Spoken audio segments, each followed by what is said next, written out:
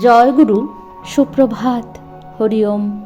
ওম অখণ্ড সংহিতা বা অখণ্ড মণ্ডলেশ্বর শ্রী শ্রীমৎ স্বামী স্বরূপানন্দ পরমহংসদেবের অমৃতময় উপদেশবাণী তৃতীয় খণ্ড।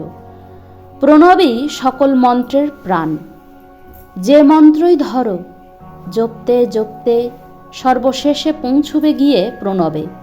হ্রিং শ্রিং ক্লিং সবই গিয়ে পরিণত হবে গভীর মধুর অনাদি অনন্ত অনাহত ওঙ্কারে।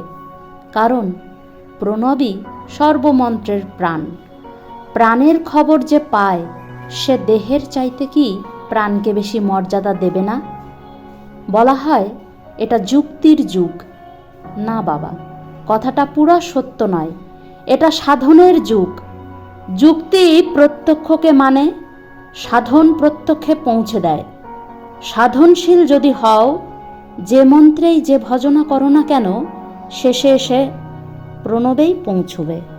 হরি ওম।